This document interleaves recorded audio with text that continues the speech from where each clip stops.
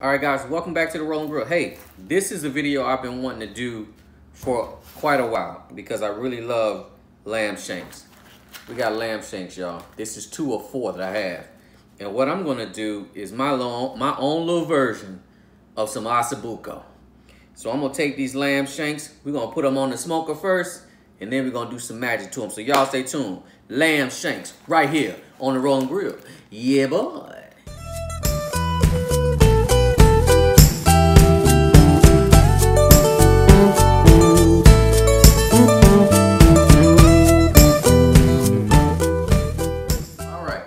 Got our lamb shanks right here. Already washed them down, patted them dry. I'm gonna go back over one more time. But simple process. I'm going on with olive oil on all of them. All right. Let's get them oiled down real good. I mean, you don't really have to do a lot to lamb. To me, lamb shanks are one of the parts of lamb that have a lot of flavor. All right, now this is a combination of salt, pepper, and not Italian seasoning, salt, pepper, and oregano. And we're gonna go on pretty heavy. All right. And this is the first step into starting off with some good stuff right here. All right. We got those seasoned up. I'm gonna let these sit for a minute, get the grill fired up, on with the process. Close up, there are our lamb shanks. These are actually some nice size, well, that one's turned around. Some nice size lamb shanks. They got a nice little layer of fat on top. I'm not cutting none of that off, none of that. We're gonna let these sit in the smoker. I'm using a combination of all natural hardwood briquettes and post oak. That's it. Oh, and I'm also gonna drop some fresh oregano right there on the coals. Actually, I'm dropping all of this right there on the coals so it can just permeate these lamb shanks. So let's get to it. All right, there we go. I'm gonna go ahead and take these and I'm just gonna place them right here in the center. I got a combination of oak and actually apple wood. I'm gonna try to hurry up and close it up before it gets roaring.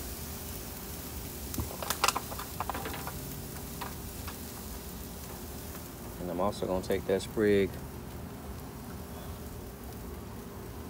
I'm gonna take that sprig of oregano right there. And all I'm gonna do is take my little tongue and push that oregano right there through the grates. And you talking about permeating with flavor? Crazy. So there we go, y'all. I'm gonna let them sit on here for probably about, let me get that last little bit of oregano. I'm gonna let them sit on here for probably about an hour, hour and a half, and then we'll take it to the next step. Check it out, it's been about 40 minutes. It's been about 40 minutes so far, man. Look how they look, ooh-wee. So what I'm gonna do is I'm just gonna turn them over. I'm gonna try to turn them over at least. It's a better view right here. I'm gonna turn them over. Like I said, that's been 40 minutes. Man, look at that. Ooh, they smell delicious. So I'm gonna let them keep on rocking and rolling. I'm gonna leave them on here for about probably another 40 minutes. And then I'm gonna go to the next step. Lamb shanks are continuing to smoke. I just wanted to go through a few things that are gonna go into this little Osso Buco.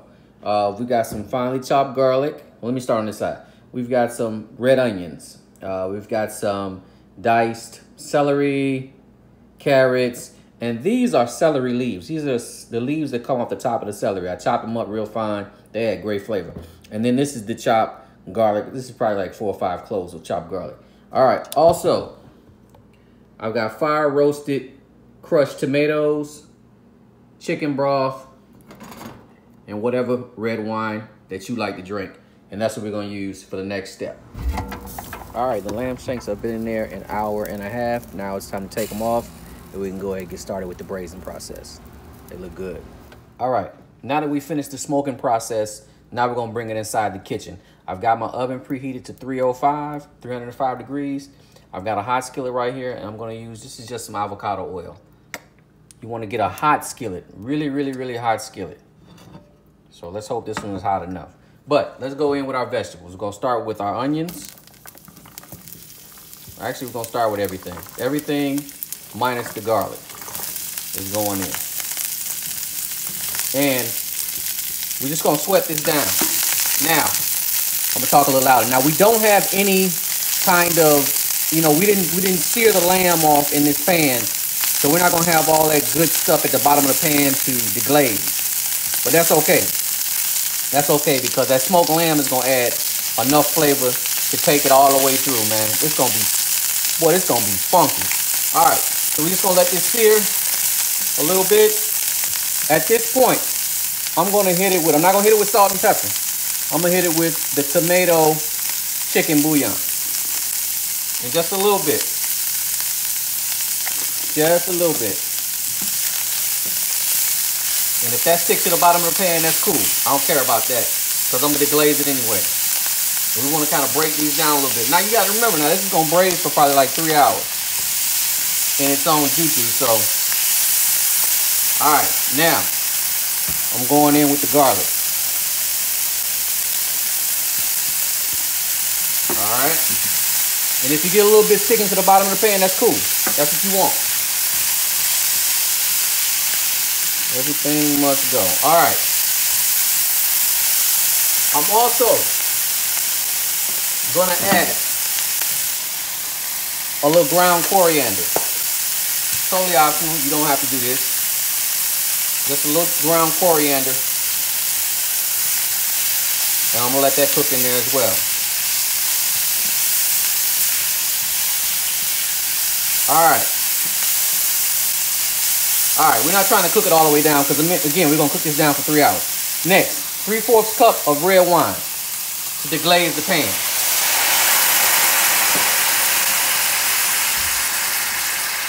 All right.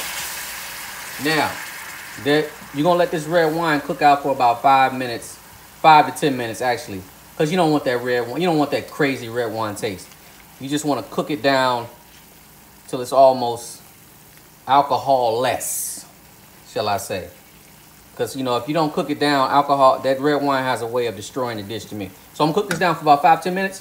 We'll be right back. All right, it's been 6 minutes. Now, I'm gonna go in with 2 things. I'm gonna go in with my fire roasted tomatoes, crushed tomatoes. And I'm also gonna go in with a cup of chicken stock. Work that in there real good. My heat is already up.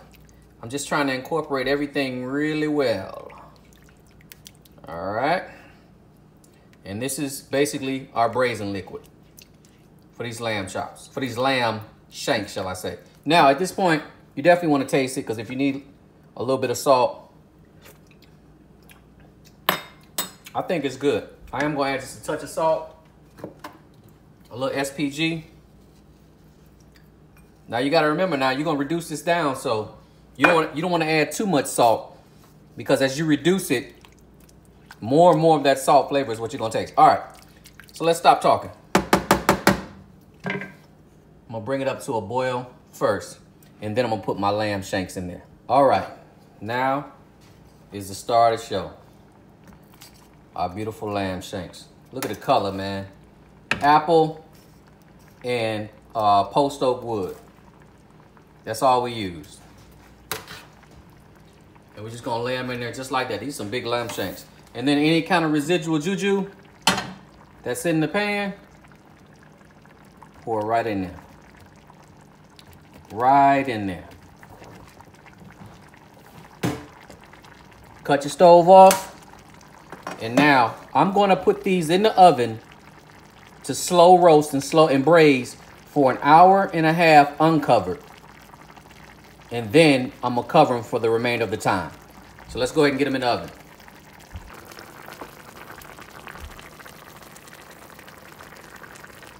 All right, our lamb shanks are in the oven. We're gonna let them sit in here, like I said, 1.5 hours uncovered at 305 degrees. We'll come back and check them after that, cover them up, and man, y'all wait till y'all see the end result. Boy, it's gonna be some fine eating right here. Just a quick update. This is 1 hour into the cook, into the braise, shall I say. 30 more minutes, and then we're gonna cover it up. All right, it's been 1 hour and 30 minutes. Now it's time to wrap her up. Make sure you have enough foil.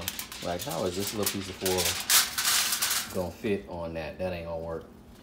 So let me put a lid on that. And that ain't gonna work either. Let me figure something out. In real life, I don't have enough foil to really cover it, but it's okay. I'm on low heat, so I ain't gonna sweat it. I'm just gonna let it rock out just like this for another hour and a half. 3 hours into it. Let's take a peek and see what we got. Let's peel it on back.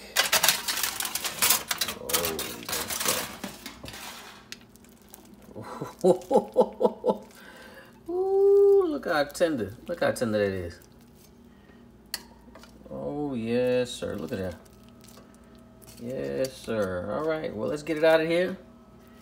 Got our juju in there. Let's plate up. All right, folks, I'm going to pair this up with a curry couscous. And as always, thank y'all for joining me here on the Rolling Grill. Yeah, boy.